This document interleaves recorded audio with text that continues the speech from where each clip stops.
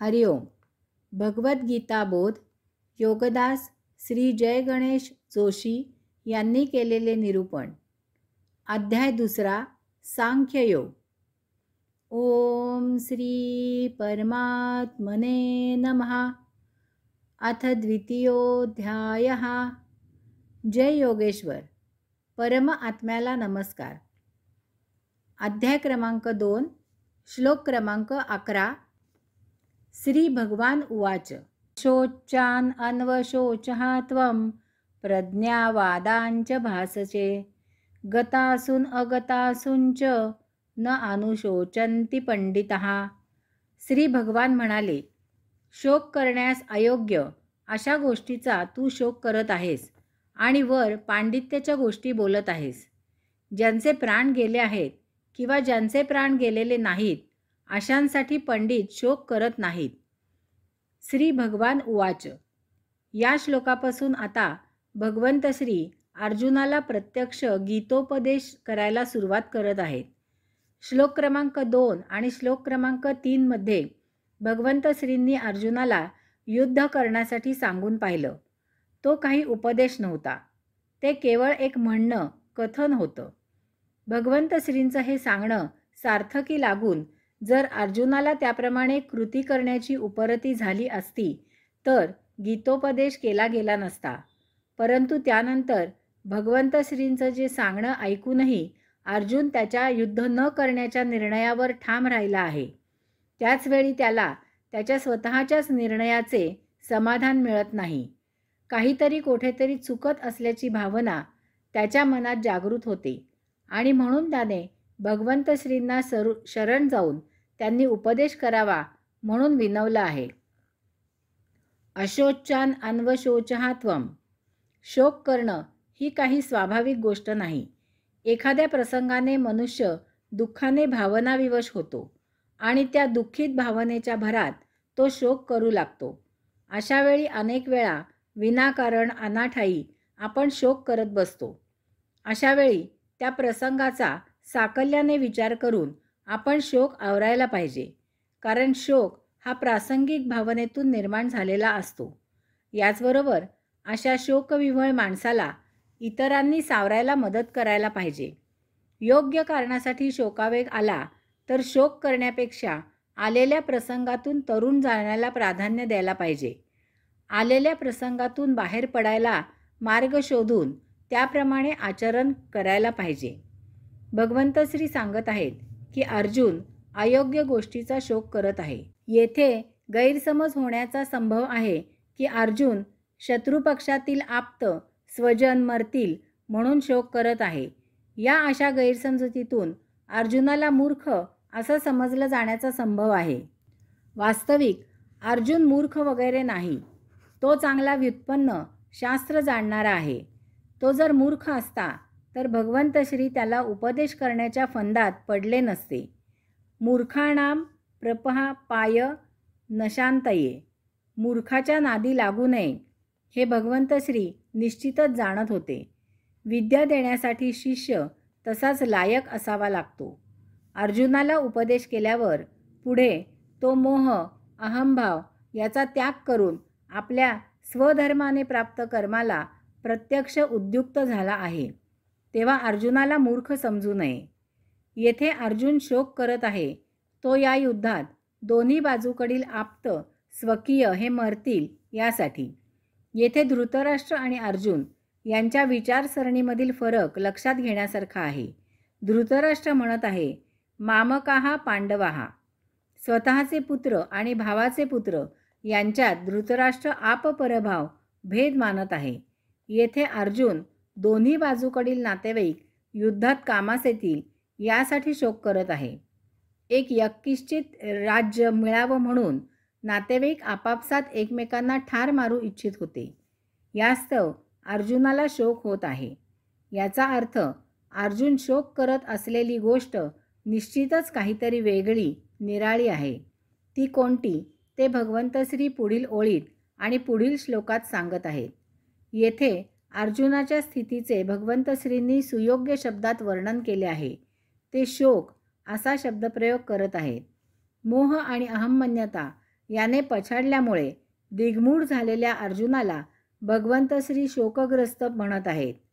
प्रथम भगवंत श्रींनी अर्जुनाच्या युद्ध न करण्याच्या निर्णयामुळे अर्जुनाला भित्रा, षंड असं म्हणून पाहिलं, परंतु त्यामुळे अर्जुनात यत्किंचितही फरक पडला नाही.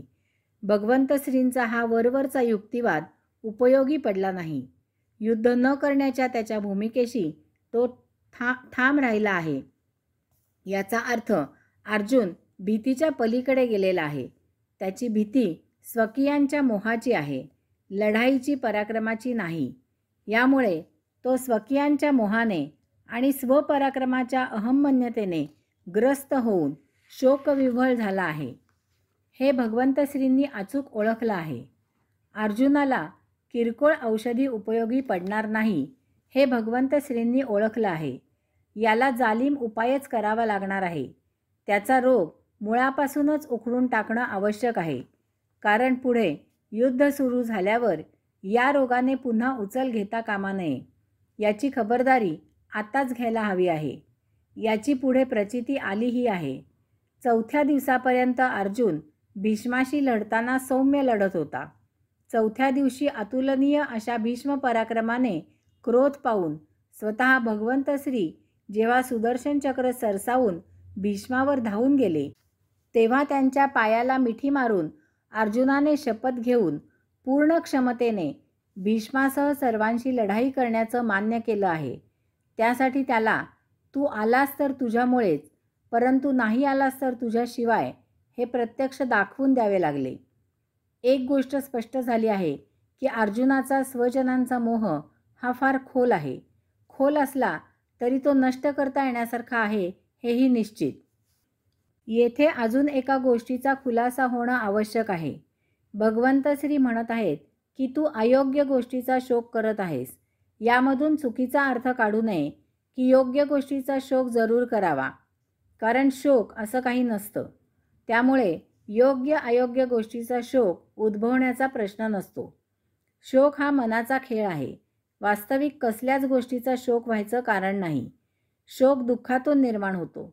दुःख असं काही नसतं, ते पूर्ण मानसिक आहे. प्रत्येक कृती, हालचाल, घटना ही पूर्व सुकृतानुसार होत असते. ती उपभोगून संपवून त्यामधून जे चांगलं असेल त्याचा आस्वाद घेणं, त्या आनंदात जगणं हेच आयुष्य असतं.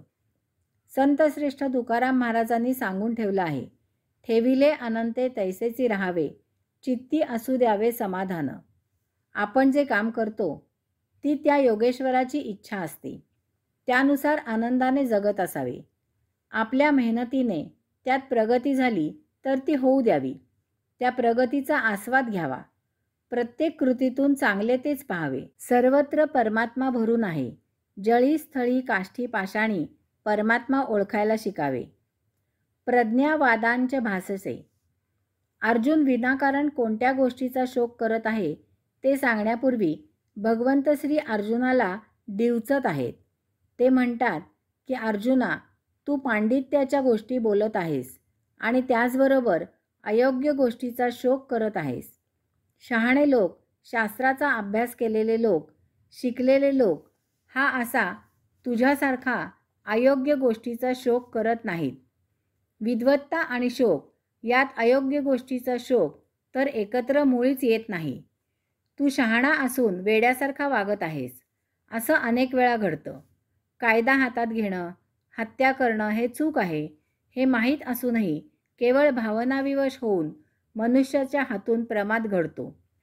अडाणी न शिकलेले लोक शोक करू लागले तर ते शिकलेले किंवा पंडित नसल्यामुळे त्यांना शोकापासून प्रवृत्त करणं शक्य आहे. परंतु शिकलेल्या, ज्ञान जाणणाऱ्याने शोक केला तर त्याला समजावणे सोपं नाही. गतासून अगतासून च. गतासून म्हणजे गेलेले, मृत पावलेले लोक. अशा मृत झालेल्यांबद्दल शोक करू नये. त्यांची या जन्मीची जीवनयात्रा पूर्ण झाली, सफल झाली आणि ते पुढील यात्रेला निघून गेले. त्यात शोक करण्यासारखं काही नसतं. अशांबद्दल शोक करू नये हे सर्वसामान्य जनांना कळावे म्हणून मृत व्यक्तीबद्दल दुःख केले किंवा अश्रू ढाळले तर त्या मृत व्यक्तीला क्लेश होतात असं शास्त्रात सांगितलं आहे.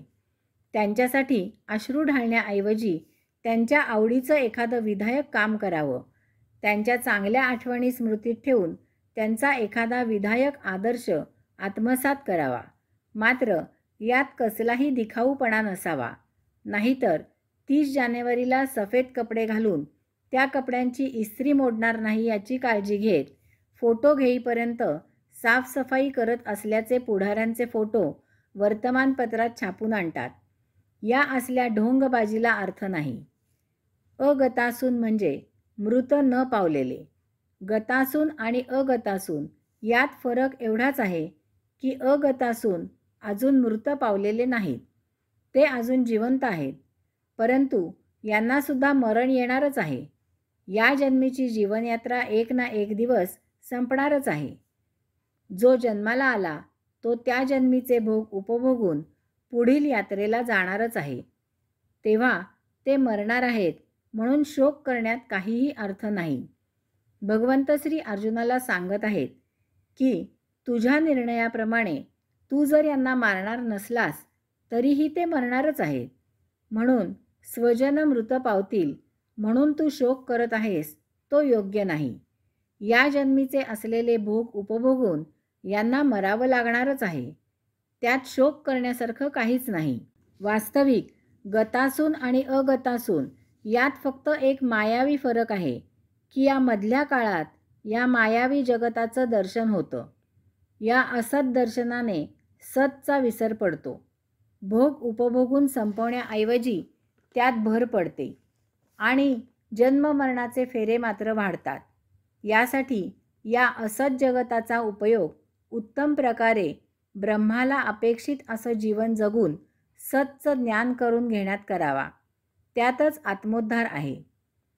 न अनुशोचंती पंडितः. येथे अनु हा शब्द महत्त्वाचा आहे.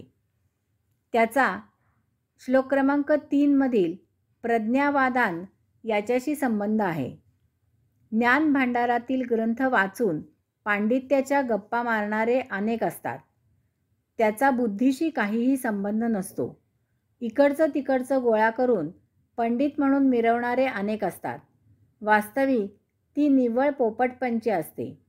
अशांना माहिती भरपूर असते. त्यांना अनेक ग्रंथातील उतारेच्या उतारे पाठ असतात. ते व्यक्त करायची कलाही असते. उत्तम आवाज, भाषणबाजी यावर ते पंडित म्हणून चांगलेच मिरवू शकतात. परंतु ती माहिती त्याने जाणलेली नसते. कोणत्याही वचनाचा ते त्यांच्या सोयीने अर्थ लावतात. त्यांना अभिप्रेत असलेल्या अर्थानुसार ते आचरण करायला मोकळे असतात.